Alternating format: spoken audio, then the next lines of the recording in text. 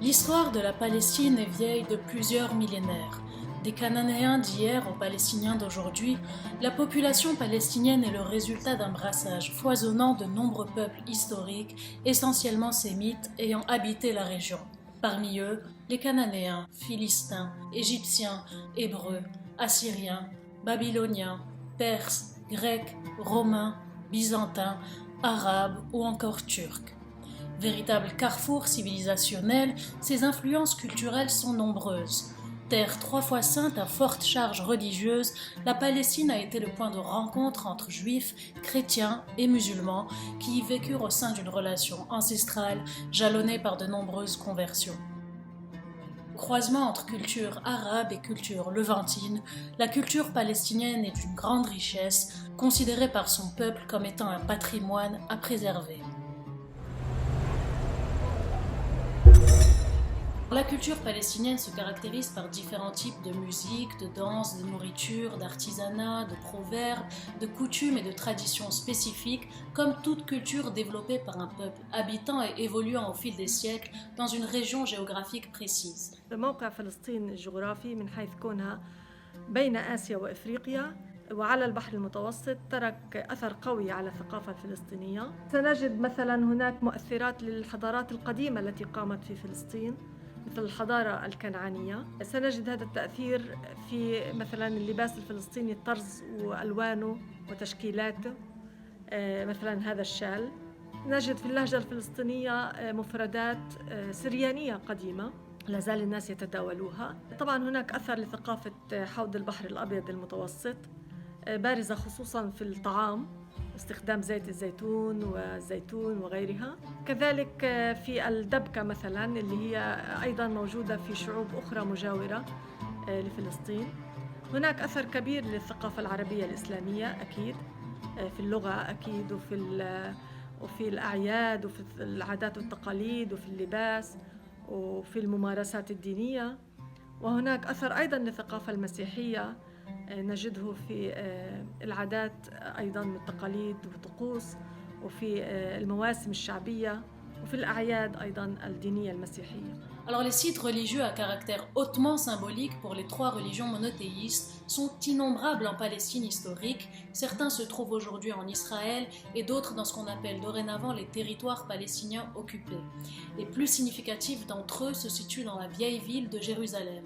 Pour les Juifs, le mont du Temple, qui s'étend sur 14 hectares, est le lieu le plus saint du judaïsme. Dans la tradition juive, il est l'endroit où furent bâtis puis détruits les deux temples bibliques qui abritaient, dans le Saint des Saints, l'Arche d'Alliance. En contrebas, le mur des Lamentations serait le seul vestige de ces temples face auxquels les fidèles effectuent leurs prières. Pour les musulmans, cette même esplanade est appelée Al-Mahram al-Sharif, ou le noble sanctuaire, connu sous l'appellation l'esplanade des mosquées. Elle comprend la mosquée Al-Aqsa et le dôme du rocher. Dans la tradition musulmane, la mosquée Al-Aqsa est le lieu où s'est rendu le prophète Mohammed lors de son voyage nocturne de la Mecque vers Jérusalem et où il dirigea des prières. Le dôme du rocher est l'endroit depuis lequel il s'est élevé vers le ciel, guidé par l'ange Gabriel. À quelques centaines de mètres de l'esplanade se trouve l'église Saint-Sépulcre qui revêt une signification particulière pour les chrétiens puisque c'est le lieu où Jésus-Christ aurait prêché, fut crucifié, ressuscité et qui abriterait son tombeau. Alors ces lieux font partie intégrante de la culture religieuse et traditionnelle palestinienne, c'est là où les fidèles effectuent collectivement leurs prières régulières et autour desquelles ils se réunissent notamment en période de fête pour pratiquer leurs rituels religieux. Au-delà des sites religieux, il existe un site inscrit au patrimoine mondial et qui consacre les traditions agricoles et culinaires palestiniennes. Il s'agit du village de Batir, au sud de Jérusalem, connu pour ses oliviers et ses vignes. L'olivier a une place toute particulière chez les Palestiniens. On dénombre quelques 11 millions d'oliviers sur cette terre.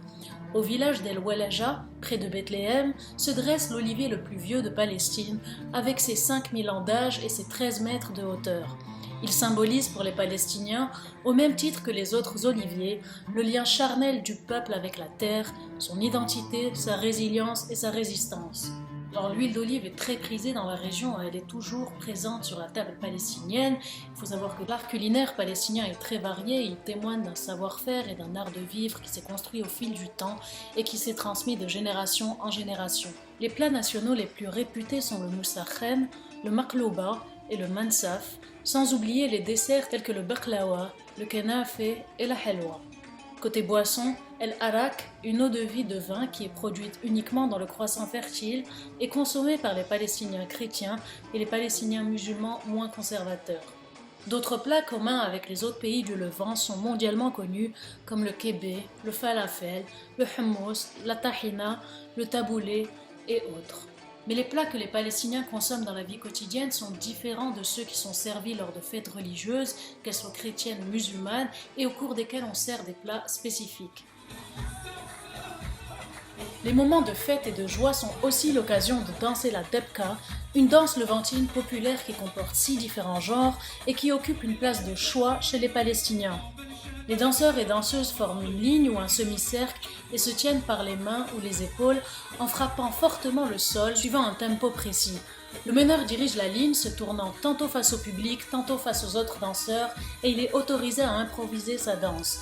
Les danseurs émettent parfois des cris pour maintenir l'énergie de la danse ou l'accentuer.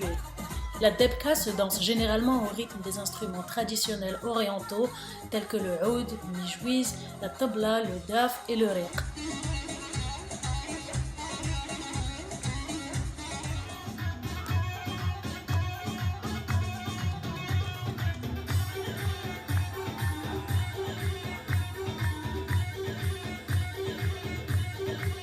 Alors, la debka trouverait son origine dans les rituels cananéens de fertilité liés à l'agriculture ou aurait été un moyen de chasser les mauvais esprits ou encore en guise de protection pour les plantes. Du côté de la tradition vestimentaire, la broderie palestinienne est un savoir-faire ancestral qui se transmet de génération en génération. Elle est réputée pour la complexité de ses motifs et son travail est extrêmement minutieux. Les robes traditionnelles des Palestiniennes sont généralement longues et noires, ornées de broderies rouges, mais il existe selon la région une multitude de différentes caractéristiques. Une autre composante de la culture palestinienne est la hikaya, inscrite au patrimoine culturel immatériel de l'humanité de l'UNESCO. La hikaya est un récit oral en dialecte palestinien, raconté principalement par les femmes lors d'événements conviviaux. La hikaya s'inspire de la vie sociale palestinienne quotidienne et obéit à des techniques linguistiques et d'intonation précises, ce qui la distingue des autres genres narratifs populaires. Presque toutes les femmes palestiniennes de plus de 70 ans excellent dans l'art de la hikaya. Mais aujourd'hui, la hikaya palestinienne est menacée par les fortes perturbations de la vie sociale liées à la situation politique actuelle. Des sites en Palestine sont aussi inscrits dans le patrimoine mondial en péril, tel que le village de Batir, qui est menacé par le mur de séparation israélien. C'est là qu'il est important de souligner que depuis les événements de 1948, les arts et la culture palestinienne ont fortement intégré la dimension de la résistance, que ce soit dans la musique, le théâtre, le cinéma ou encore la littérature. الدفاع طبعا هو لاستمراريه النشر بتاعي للكتاب هو عباره عن الدفاع عن الادب الفلسطيني وعن الكتاب الفلسطينيين. الادب الفلسطيني عباره عن تراث موجود ما حد بيقدر يمسح التراث او يمسح الهويه الفلسطينيه. Filmmakers and artists are the reflection of their societies and they are the conscious of their societies. So I don't think it would be natural that a filmmaker will make something that is not related to what he's living daily. It wouldn't be honest. Palestinians, when they start making films, was not also like in the 60s and 70s, was not also about making cinema or cinematic expression, was also about proving to themselves first that they exist, that they are people, that they have negatives, that they have stories to tell. And from that perspective, things developed to become a tool of resistance. And it corresponded to a lot of the aesthetics and the cinematic metaphors. If you have a film about the love, there is always a war. If you have a film about a comedy, there is a checkpoint. A French filmmaker and professor at Vincennes University, Serge Lapiron, he wrote something in Courrier de Cinema in '82. He said like what happened to the Palestinian story is like an explosion of that memory. And fragments of these memories landed all over the world. In order to understand the struggle, you need to look at its culture. Your art has to serve your cause in many ways, and it has to produce its aesthetics from there. La résistance culturelle palestinienne prend également forme dans les symboles. Par exemple, le kéfier est devenu le symbole de la résistance palestinienne, mais aussi des révolutions à travers le monde. La clé de retour est devenue le symbole du droit au retour des réfugiés palestiniens et de leur descendance.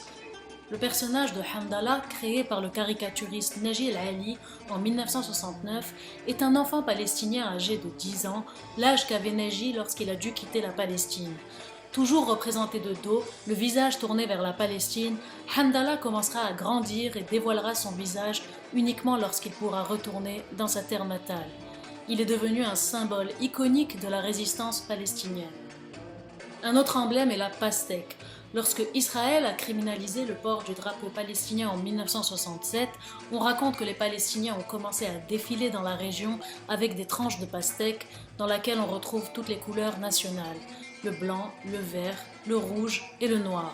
Plusieurs artistes palestiniens ont dénoncé au cours des années les risques d'emprisonnement encourus pour de simples représentations picturales de pastèque ou de toute autre œuvre pouvant rappeler les couleurs nationales. C'est ainsi que l'artiste palestinien Khaled Hourani a immortalisé cette forte symbolique en 2007 en illustrant le fruit dans une de ses œuvres. فكرة الرمز في الثقافة الفلسطينية موجودة يعني بشكل قوي. كما نعرف الشعب الفلسطيني والأرض الفلسطينية ترزخ تحت احتلال واستعمار عنصري يهدف إلى إلغاء الوجود الفلسطيني بالكل وإلى إحلال شعب مكان شعب، وبالتالي هو يهدف إلى إلغاء كل ما يخص هذا الشعب من تراث ومن هوية ومن ثقافة. الصهاينة أو الجزء المعتدي هو يمارس هذا النفي بمحاولة نسب أشياء من الثقافة الفلسطينية لنفسه. فمثلا ربما أنتم تعلمون في أوروبا كثير من الأكلات الفلسطينية تسوق على أنها أكلة صهيونية إسرائيلية بين قوسين، حتى الرقص الدبكة، حتى الطرز الفلسطيني والأثواب الفلسطينية. بالناحية أخرى الفلسطينيين يقاوموا هذه المحاولة للسطو على ثقافتهم بالتمسك أكثر بعناصر الثقافة الفلسطينية، فنجدها مزدهرة جدا. دائما هناك يعني إحياء لكل هذه العناصر الثقافية والمنتجات الثقافية باستمرار. هناك فخر متزايد بها مهما كان الفلسطيني بعيد عن وطنه، وأينما كان يشتريها ويقتنيها ويهتم بعرضها وتقديمها إنها أساس من هويته من تراثه. L'art palestinien, tout en conservant son aspect universel, a été un vecteur fulgurant de la cause nationale. En littérature, beaucoup d'auteurs ont porté haut la production intellectuelle palestinienne tels que Edouard Saïd, Fadwa Touqan, Samih El-Qassim, Sahar Khalifa, Ghassan Kanafani, Elias Sambar et évidemment le poète Mahmoud Darwish, la voix du peuple palestinien, celui qui appelait la Palestine son jardin poétique d'abondance et qui est devenu une icône littéraire. مش موجود. تعرف ان انا ولدت في قرية غير موجودة واقيمت على انقاضها مستوطنات. لا اكتب لكي احاول الاجابة عن السؤال التالي: هل ما زال الوطن في حاجة إلى براهين شعرية؟ أو هل ما زال الشعر في حاجة إلى براهين وطنية؟ أكتب لكي أسدد بعض هذا الدين، وأكتب لكي أحاول القول إن الاحتلال لن يقهر روحنا ولم يمنعنا من التعبير الحر عن إنسانيتنا الحرة.